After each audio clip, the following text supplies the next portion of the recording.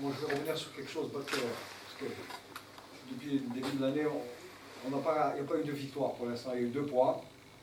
Et ce match, quand même, il reste quand même assez important, vu son caractère. C'est quand même un match contre la JS Kabylie, ça draine beaucoup de choses autour de ce match. Donc, comment sur le plan psychologique, après ce bon résultat, entre guillemets, positif, comment vous voyez ce match-là, à votre niveau? D'abord, bonjour à tout le monde. Avant de démarrer cette conférence, j'aimerais avoir une grande pensée pour un des nôtres qui a eu un accident, en l'occurrence le fan de l'USMA, Ayoub. Donc voilà, il fait partie de la famille de l'USMA et c'était une triste nouvelle. Donc par rapport à l'accident, c'est un vrai supporter comme beaucoup d'autres.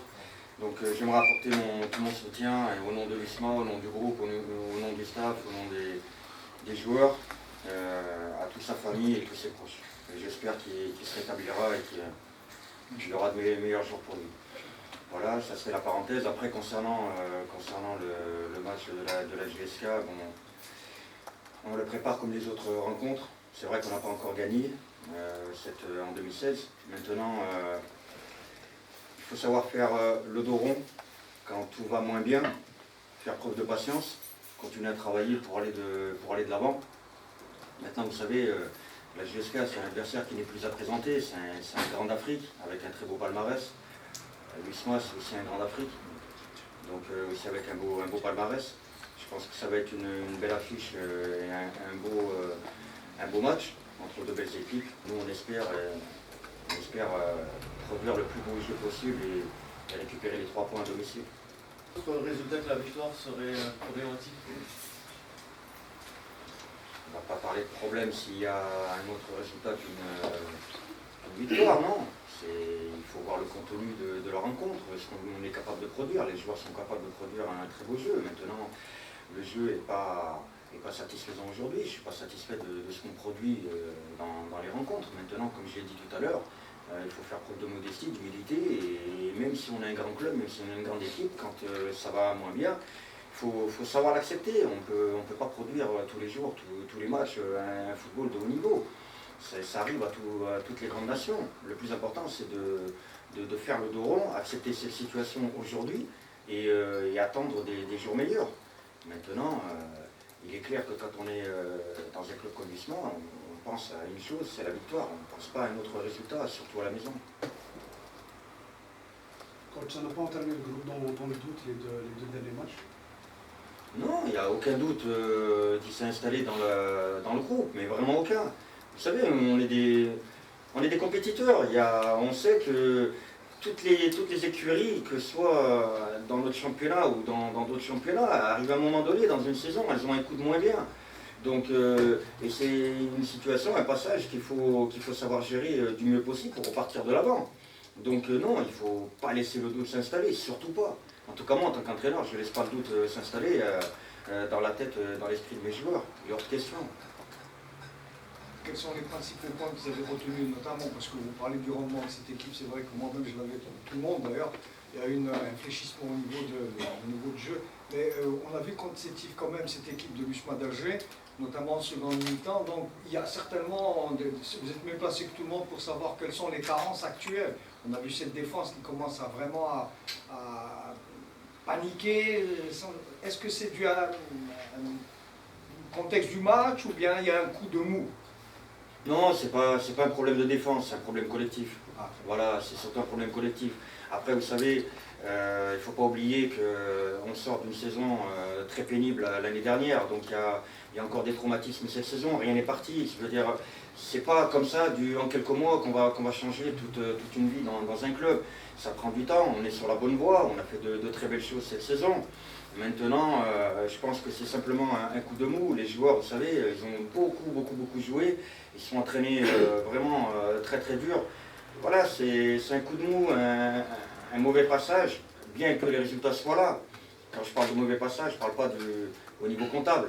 Je parle au niveau dans la qualité du jeu. Je veux dire, il faut être réaliste. On ne produit pas le plus beau football aujourd'hui, alors qu'on est capable de le produire. Donc c'est ce qui est intéressant et motivant pour la suite. pas de blessés importants dans l'effectif pour le match de samedi. Comment? Pas de blessés, pas de bobos de dernière minute. Par rapport à l'effectif que vous avez actuellement, est-ce que c'est bon, vous êtes quand même satisfait? On a remarqué qu'il y a un léger mieux, il y a moins de blessés actuellement. Hormis le problème de Zemamouche et Delfellou qui sont passés sur le billard, mais autrement dit, apparemment, il n'y a pas de gros bobos. Pour aller dans son sens, vous récupérez également ces Gareth Audrey? Bien sûr, je les récupère. Je veux dire, c'est une très bonne chose. Voilà, ce qui s'est passé est passé. Maintenant, on repart de l'avant. C'est deux joueurs qui ont un très très bon état d'esprit. C'est deux joueurs de très bonne famille, avec une très bonne éducation. Je veux dire, ça arrive. Voilà, moi, j'ai tiré la trait là-dessus. Il y a eu une sanction sportive. GSK a gagné à l'extérieur en premier match. Ils ont fait un match nul à domicile. C'est un match piège pour vous samedi prochain. Vous savez, je veux vous rassurer sur un point. Tous les matchs sont des matchs pièges. C'est pas propre à la JSK. Aujourd'hui, on est sur une série de 16 matchs sans défaite, ce qui n'est pas rien. Je pense que ça fait très longtemps que c'est pas arrivé dans le championnat algérien. Maintenant, je trouve ça complètement légitime, normal, que toutes les équipes qui jouent l'USMA veulent être l'équipe qui font tomber le leader. Voilà, et toutes les équipes veulent mettre un terme à notre invincibilité dans le championnat. Donc on le sait, donc, que ce soit Arba, que ce soit Relisen, que ce soit le CRB, que ce soit la GSK, toutes les équipes vont vouloir nous faire tomber. Je trouve ça quelque part normal. Mais c'est là où on doit quand même puiser notre motivation, notre détermination, pour pas justement tomber. Juste pour votre gouverne, l'USMA a fait 22 matchs d'affilée sans défaite. C'est 20 matchs. Vous savez que je suis au courant. Oui, non, je sais. Un grand chapeau pour cette série d'invincibilité de l'USMA sur 25 matchs, c'est énorme, c'est exceptionnel. C'est vraiment exceptionnel. C'est un autre défi aussi. Hein. Ah, le défi, c'est de retrouver au plus vite la Ligue des Champions. Donc pour ça, il faut se qualifier dans les deux premières. Et l'apothéose serait le titre de champion d'Algérie, en plus d'une qualification en Ligue des Champions. Donc voilà, on travaille très dur pour ça et on va tout faire pour atteindre certains objectifs. Alors, vous sentez que la saison est encore très longue aussi. Oui, il ne faut pas le cacher, une saison c'est très long, voilà, il reste encore pas mal de matchs. Et il n'y a rien qui est joué, que ce soit pour les descentes, pour le maintien, pour les places qualificatives dans les différentes compétitions internationales. Il n'y a rien qui est joué, mais absolument rien.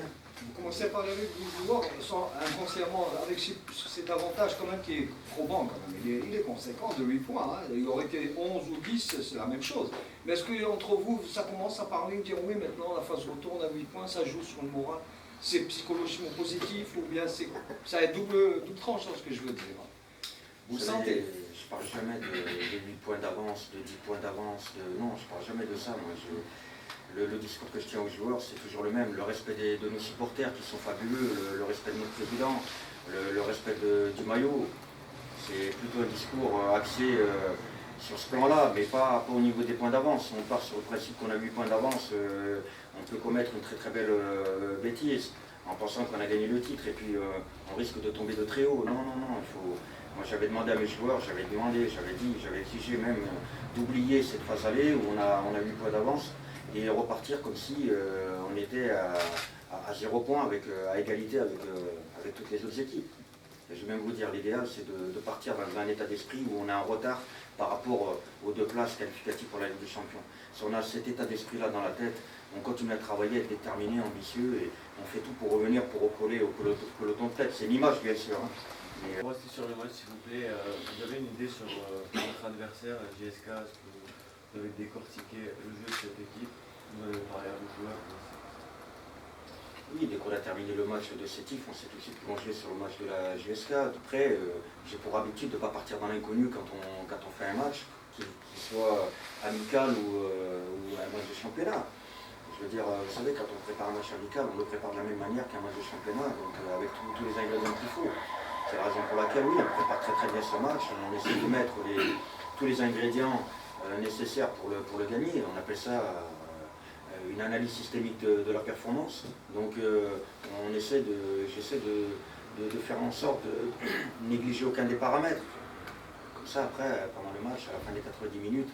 Vous avez fait une séance vidéo ou pas avec les joueurs? On fait tout le temps. Aujourd'hui, la vidéo vidéo, c'est un outil informatique exceptionnel. On peut s'en servir.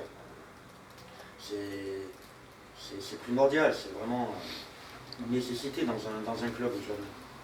Le joueur, quand vous lui parlez, et des fois il ouvre les yeux grands comme ça, parce qu'il oublie dans le feu de l'action, et quand il est dans le feu de l'action, bon, mais après le feu de l'action, quand c'est terminé, il oublie. Et quand vous lui montrez sur la vidéo, ben là, voilà, il n'y a pas de doute, il n'y a pas de place au doute, il sait que c'est lui. Je parlais de la vidéo, est-ce que vous avez décortiqué le jeu de la JSK avec le joueur? La vidéo, c'était plutôt ça la question. Et ça, c'est personnel, c'est confidentiel, ça reste en interne. Donc, vous savez, la JSK n'a pas besoin de savoir ce que je fais pour les contrer. Donc, Ça a été un bon sparring contre le RCK finalement, Kouba? bien sûr, il faut négliger aucun adversaire. Il ne faut pas manquer de respect à tout adversaire, qu'il soit de 3e division, de 4e division, de 1re division ou 2e division. Il n'y a pas de manque de respect à avoir. Il faut partir du principe que ce soit nous ou une autre grande nation du football algérien, vous prenez une équipe de 4e division, elle ne jouera jamais de la même manière contre vous que dans son championnat. Les gars se subliment, les gars sont remplis de rêves plein la tête, parce que voilà, ils espèrent peut-être rejoindre une écurie de Ligue 1.